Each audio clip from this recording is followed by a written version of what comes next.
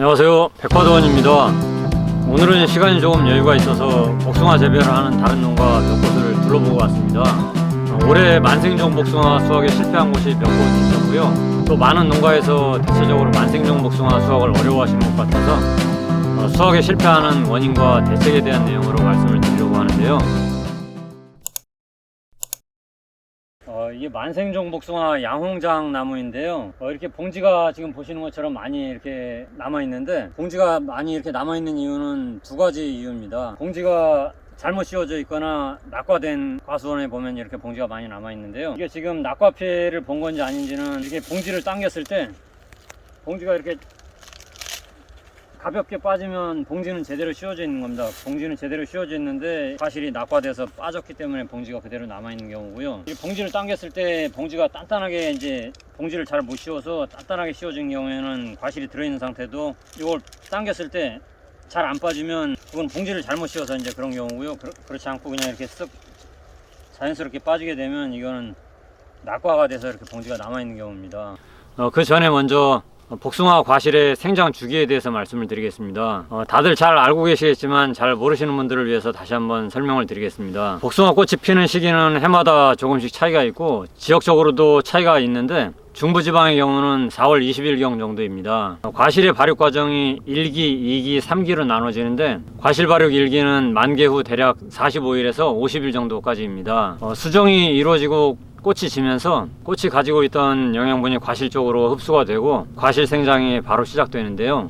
이때부터는 가을에 축적된 저장 양분을 가지고 만개 후 30일 정도까지 왕성한 세포 분열에 의해서, 그러니까 세포 수가 늘어나면서 과실이 커지고, 그 후 한 15일에서 20일 정도는 세포가 비대해지면서 과실이 커집니다. 이때 복숭아 모양이 길쭉하게 자라 있으면 대과로 성장할 가능성이 큽니다. 처음에는 이렇게 동방향으로 길쭉한 모양이었다가 나중에는 이제 세포가 횡 방향으로 비대해지면서 큰 복숭아를 만들기 때문입니다.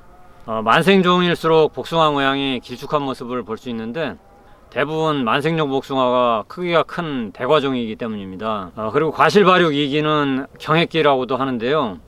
만개 후 한 50일부터 한 70일 정도까지입니다. 이 시기는 배와 배유 그리고 내과피가 동시에 발달되는 시기입니다. 그러니까 안에 있는 씨앗, 핵이 발달해서 굳어지는 시기라서 과실로 공급되는 양수분 거의 대부분을 여기서 사용합니다. 그래서 과실 외과는 이 기간 동안 크기 변화가 전혀 없습니다. 이 시기는 생리적으로 아주 불안정한 시기라서 과도한 여름 전정이나 적과를 하게 되면 생리적 낙과나 해칼이 발생할 수 있기 때문에 주의하셔야 합니다. 경획기는 품종에 따라 차이가 있는데요. 조중생종은 10일에서 20일 정도로 짧고 만생종은 50일 정도로 깁니다. 조생종은 배가 충실하게 성장하기 전에 과실 발육 3기로 넘어가기 때문에 배가 불완전합니다. 그래서 복숭아 대목으로 사용할 실생 면목 씨앗을 만생종으로 사용하시라고 말씀드렸던 것입니다. 그리고 과실 발육 3기는 경획기가 끝나는 시점부터 과실이 완전히 성숙하는 시기입니다. 경획기가 끝나고 나서부터는 세포가 비대해지면서 과실이 급속도로 커지는데요. 조생종 같은 경우에는 과실 발육 3기 기간이 한 25일에서 30일 정도밖에 안 됩니다. 이 짧은 기간에 과실 용적의 한 70% 정도가 성장합니다. 갑자기 이제 확 커지는 건데요. 이 기간 동안 착색이 되고 당이 축적되고 신맛은 줄어듭니다.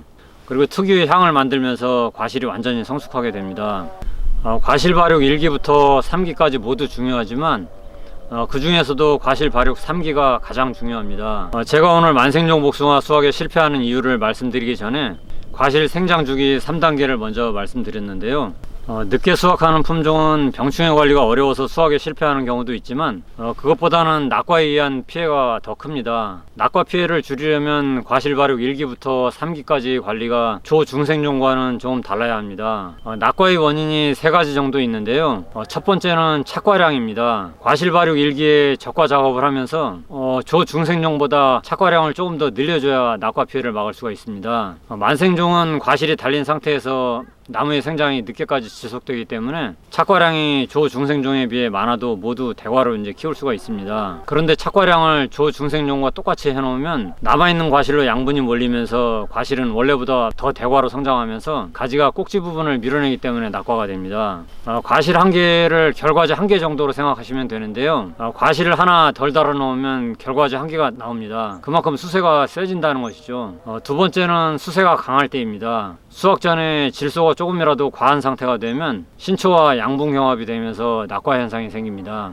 과실을 키울 목적으로 과실 발육 3기 때, 그러니까 과실 비대기에 비대제 같은 것을 웃거름으로 주시는 경우가 있습니다. 웃거름은 수세가 약할 때만 사용하셔야 됩니다. 도장성 가지가 막 나오고 수세가 좋은데도 비료 사용을 하시면 무조건 낙과 피해가 생깁니다. 만생종 복숭아의 비대기에는 비가 많이 오는 시기라서 일부러 웃거름을 주지 않더라도 빗물에 의해서 기존에 주었던 비료 성분이 녹아서 작물에 흡수되는 비료량이 너무 많은 상태가 됩니다. 이때는 비료 사용을 하지 마시고 수세 조절을 위해서 하계 전정이나 수확전 전정을 꼭 해주셔야 됩니다. 그리고 세 번째는 주기적 관수를 게을리 했을 경우입니다. 관수는 과실 발육 1기부터 경액기까지 충분한 관수를 해줘야 떫은 맛을 방지할 수가 있고, 과실 발육 3기인 비대기에도, 그러니까 수확 일주일 전까지도 관수를 해줘야 됩니다.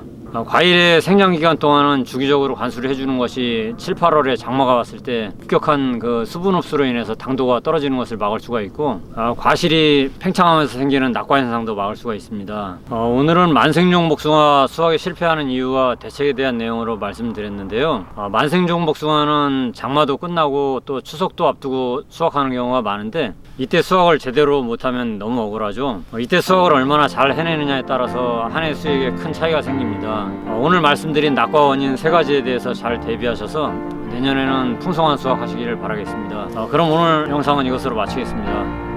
감사합니다.